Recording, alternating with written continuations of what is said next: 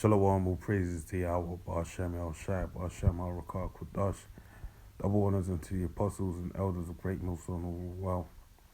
And shalom to the hopeful elect. This is Paya Allah, and this is a biblical commentary in the book of Acts, the 12th chapter, and it reads, Now about the time that Herod the king stretched forth his hands to vex certain of the church, and he killed James, the brother of John, with a sword. Right, James, the brother of John, right. Two of three of the main disciples, apostles that were with Yahweh Shai, alright. He put forth his hand to kill James, son of Zebedee, alright, and did so. Verse 3. And because he saw it pleased the Jews, he proceeded further to take Peter also, right?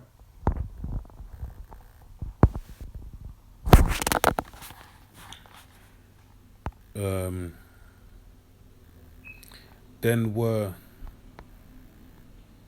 the days of unleavened bread. Okay, so this is during the time of the Passover. All right, now bear this in mind. And when he had apprehended him, he put him in prison and delivered him to four quaternions of soldiers to keep him. All right, so a quaternion is four soldiers, is a group of four, company of four, however the saying goes. So, 4 times 4 is basically 16. So you had 16 soldiers. They really were serious about dealing with the men of the Lord. All right. Mind you, with all the acts that have happened, progressively up until this point, you understood they had great power. So it was of necessity. All right. So it says, intending after Easter to bring him forth to the people. So let's look this up. The word there is Easter.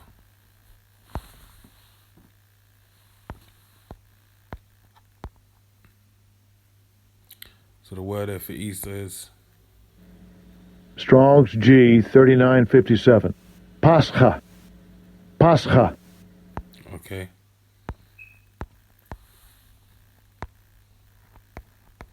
And it goes back to the Hebrew.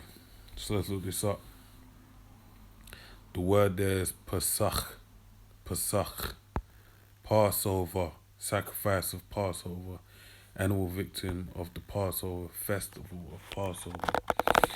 So as we understood already, it was the Feast of Unleavened Bread, which coincides with the Feast of the Passover. You have the Passover night, right, being the first when it comes in, right, the night into the day. But it also is the beginning of the Feast of Unleavened Bread, all right, at the same night. So that's why it said it before, that then were the days of unleavened bread, all right. So anyway, let's read on. So we understand that the word Easter is there, but why is Easter there? All right, that's one of the few things, all right, that has been inserted to throw people off away from the word, all right. And let's not forget that through the process of time, different so-called festivals have been deemed to replace the true festivals of the Heavenly Father, the true high holy days of the Lord. All right, Easter goes back to Ishtar, all right, which is a pagan god, an idol, all right, and we didn't celebrate Easter back then, and we still don't celebrate it now, all right. If you're Israelite in this faith, you're not meant to serve to worship no Easter, all right. Verse 5, Peter therefore was kept in prison, but prayer was made without ceasing of the church unto the Most High for him, all right? And Paul spoke of this, that we should pray without ceasing, all right?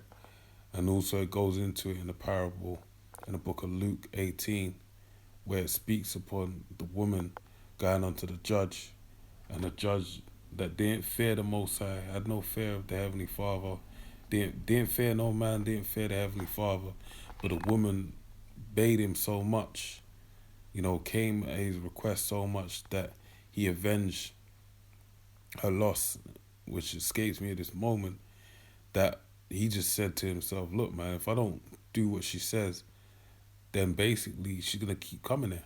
And he basically said he would avenge. And he said how much the Lord broke it down, how much so will the Heavenly Father not avenge his very elect, right? A crown to him day and night. Right? That's why we're to pray without ceasing. Because the Lord is gonna make sure he comes down and hurries up, man. Alright, sends forth his son.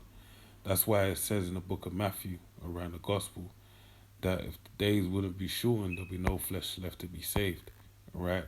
There's a need for the Lord to return speedily.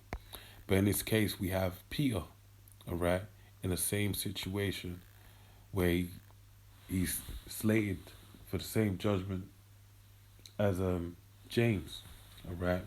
We would finish his course at that point. So let's read on. So it says, and when Herod had brought him, verse 6, and when Herod would have brought him forth,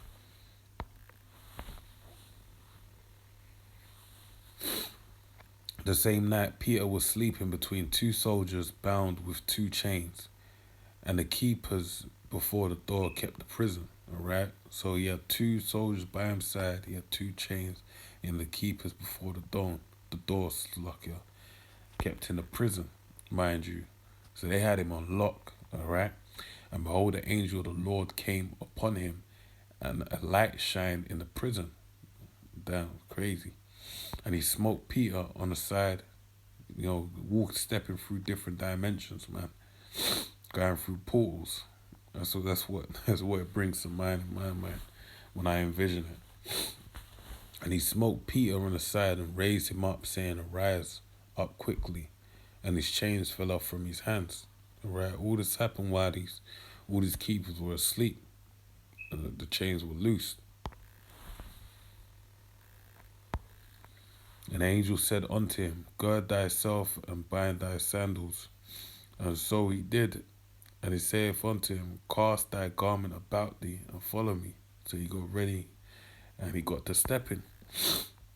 Verse 9, and he went out and followed him, and wist not that it was true, which was done by the angel, but thought he saw a vision. So he thought it weren't real. He thought it was a vision, right? Felt like it was a vision. He was sleeping at night. When they were past the first and second ward, they came out to the iron gate that leadeth unto the sea, which opened to them of his own accord. So the door just swung open, all right? And they went out and passed on through one street, and forthwith the angel departed from him. So the angel dipped out, just phased through, disappeared, man. Done his job, and no need for him to be around no more. And when Peter was come to himself, he said, now I know of a surety that the Lord hath sent his angel, and hath delivered me out of the hand of Herod, and from the expectation of the people of the Jews. All right, this is Herod Agrippa, all right, who was king over all of Palestine at that time. Right, he did this, right? Him being a grandson of Herod the Great, and succeeding the previous Herods that we know of, all right? But this was a time of his rule, and he continued in that same stead of basically punishing those of the circumcision, even more so those of the faith, all right? Verse 12, and when he had considered the thing, he came to the house of Mary. Came to the house of Mary, the mother of John, whose surname was Mark, where many were gathered together, praying. And as Peter knocked on the door of the gate, a damsel came to hearken, named Rhoda, all right? And when she knew Peter's voice, she opened not the gate for gladness, but running and told how Peter stood before the gate. And they said unto her, thou art mad. But she constantly affirmed that it was even so, Then said they, it is an angel. Alright? But Peter continued knocking, and when they had opened the door and saw him, they were astonished. So their dreams came to fruition. Alright? It came true. Came to fruition. Alright? It was it was before them. Alright? But it shows you that even though they prayed in faith, the answering of their prayer threw them off, man. Alright? They weren't prepared for it.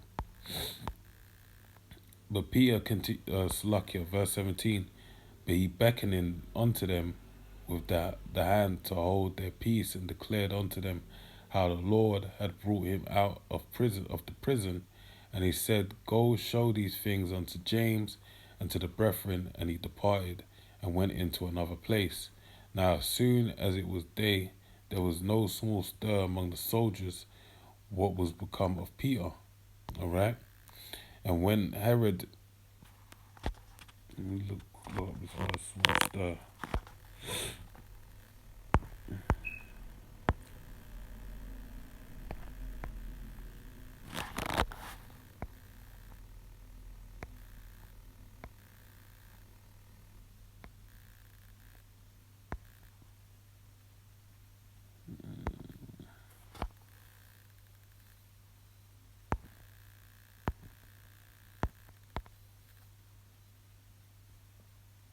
Okay.